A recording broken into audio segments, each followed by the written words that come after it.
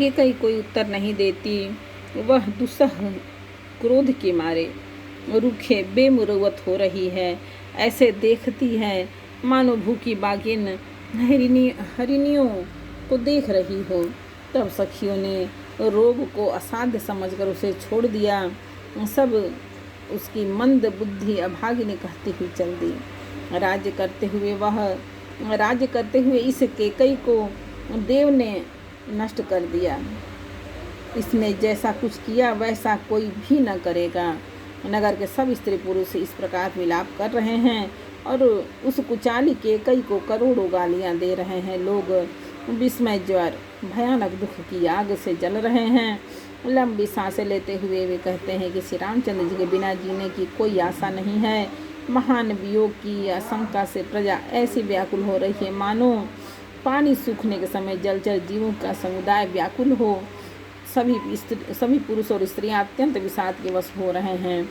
स्वामी श्री रामचंद्र जी माता कौशल्या के पास गए। उनका मुख प्रसन्न है और चित्त में चौगुना चाव उत्साह है। यह सोच मिट गया है कि राजा कहीं रख न लें। श्री रामचंद्र जी को राज तिलक की बात सुनकर विषाद हुआ था कि सब भाइयों को छोड़कर बड़े भाई मुझको ही राज तिलक क्यों होता है। अब माता केकई की आज्ञा और पिता की मौन सम्मति पाकर वह सोच मिट गया। श्री रामचंद्र जी का मन नए पकड़े हुए हाथी के समान और राज तिलक उस हाथी के बांधने की कांटेदार लोहे की बेड़ी के समान है। वन जाना है। यह सुनकर अपने को बंधन से छूटा जानकर उनके हृदय में आनंद बढ़ गया है। रघुकुल तिलक श्री रामचंद्र जी ने दोनों हाथ जोड़कर आनंद के साथ माता के चरणों में सिर नवाया। माता ने आशीर्वाद दिया, अपने हृदय में से लगा लिया और उन पर गहने और कपड़ों के न्यौछावर किए। माता बार बार श्री रामचंद्र जी का मुख चूम रही हैं। नेत्रों में प्रेम का जल भर आया है और सब अंग प्रफुल्लित हैं, पुलकित हो गए हैं। श्री रामचंद्र जी को अपनी गोद में बिठाकर फिर हृदय से लगा लिया। सुंदर स्तन प्रेम रस दूध बहाने लगे। उनका प्रेम और महान आनंद कुछ कहा नहीं जाता, मानो कंगाल ने कुबेर का पद पा लिया हो। बड़े आदर के साथ सुंदर मुख देखकर माता मधुर वचन में बोली, हे तात माता बलिहारी जाती है, कहो वह आनंद मंगलकारी लग्न कब है जो मेरे पुण्य शील और सुख की सुंदर सीमा है और जन्म लेने के लाभ की पूर्णतम अवधि है, तथा जिस लग्न को स्त्री पुरुष अत्यंत व्याकुलता से इस प्रकार चाहते हैं कि जिस प्रकार प्यास से चातक और चातकी शरद ऋतु की स्वाति नक्षत्र की वर्षा को चाहते हैं। हे तात, मैं बलया लेती हूँ, तुम जल्दी नहा लो और जो मन भावे कुछ मिठाई खा लो। भैया, अब पिता के पास जाना, बहुत देर हो गई है। माता बलिहारी जाती है। माता के अत्यंत अनुकूल वचन सुनकर जो मानो स्नेह रूपी कल्प वृक्ष के फूल थे, वे सुख रूपी मकरंद पुष्प रस से भरे थे और श्री राजलक्ष्मी के मूल थे। ऐसे वचन रूपी फूलों को देखकर श्री रामचंद्र जी का मन रूपी भौरा उन पर नहीं भूला। धर्मधुरीन श्री रामचंद्र जी ने धर्म की गति को जानकर माता से अत्यंत कोमल वाणी से कहा, हे माता, पिताजी ने मुझको वन का राज्य दिया है जहाँ सब प्रकार से मेरा बड़ा काम बनने वाला है। हे माता, तू प्रसन्न मन से मुझे आज्ञा दे, जिससे मेरी वन यात्रा में आनंद मंगल हो। मेरे स्नेहवश भूलकर भी डरना नहीं। हे माता, तेरी कृपा से आनंद ही होगा।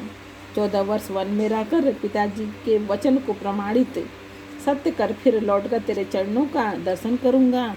तू मन में मलान दुखी न कर।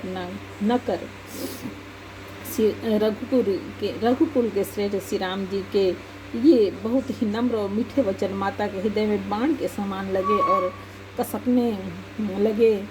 उस शीतल वाणी को सुनकर कौशल्या वैसे ही शाम कर सूख गई जैसे बरसात का पानी पड़ने से जवासा सूख जाता है। हृदय का विषाद कुछ कहा नहीं जाता, मानो सिंह की गर्जना सुनकर ही निर्विकल हो गई हो। नेत्रों में जल भर आया, शरीर थर थर कांपने लगा, मानो मछली मांझा पहली वर्षा का फेन खाकर बदहवास हो गई हो। धीरज धरकर पुत्र का मुख देखकर माता गदगद वचन कहने लगी, हे तात, तुम तो पिता को प्राणों के समान प्रिय हो। तुम्हारे चरित्रों को देखकर वे नित्य प्रसन्न होते थे। राज्य देने से के लिए उन्होंने ही दिन शुभ दिन सुधवाया था, फिर अब किस अपराध से वन जाने को कहा। हे तात, मुझे इसका कारण सुनाओ। सूर्यवंश रूपी वन को जलाने के लिए अग्नि कौन हो गया? तब श्री रामचंद्र जी का रुख देखकर मंत्री के पुत्र ने सब कारण समझाकर कहा। उस प्रसंग को सुनकर वे गूंगी जैसी चुप रह गई। उनकी दशा का वर्णन नहीं किया जा सकता। न रख ही सकी न यह कह सकती हैं, न रख ही सकती हैं न यह कह सकती है कि वन चले जाओ। दोनों ही प्रकार से हृदय में बड़ा भारी संताप हो रहा है। मन में सोचती हैं कि देखो विधाता की चाल सदा सबके लिए टेढ़ी होती है। लिखने लगे चंद्रमा और लिख गया राहु।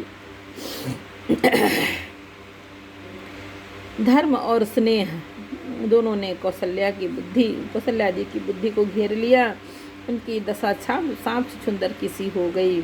वे सोचने लगी कि यदि मैं अनुरोध हट करके पुत्र को रख लेती हूँ तो धर्म जाता है और भाइयों में विरोध होता है, और यदि वन जाने को कहती हूँ तो बड़ी हानि होती है। इस प्रकार धर्म संकट में पड़कर रानी विशेष रूप से सोच के वश हो गई। फिर बुद्धिमती कौशल्या जी स्त्री धर्म पतिव्रत धर्म को समझकर और राम तथा भरत दोनों पुत्र को समान जानकर सरल स्वभाव वाले श्री रामचंद्र जी की माता बड़ा धीरज धरकर वचन बोली, हे तात, मैं बलिहारी जाती हूँ। तुमने अच्छा किया। पिता की आज्ञा का पालन करना ही सब धर्मों का शिरोमणि धर्म है। राज्य देने को कहकर वन दे दिया, उसका मुझे लेस मात्र भी दुख नहीं है। दुख तो इस बात का है कि तुम्हारे बिना भरत को, महाराज को और प्रजा को बड़ा भारी कलेश होगा। एक बार बोलो रामायण मैया की जय। श्री रामचरितमानस के अध्याय कांड का 5वां समर्पण।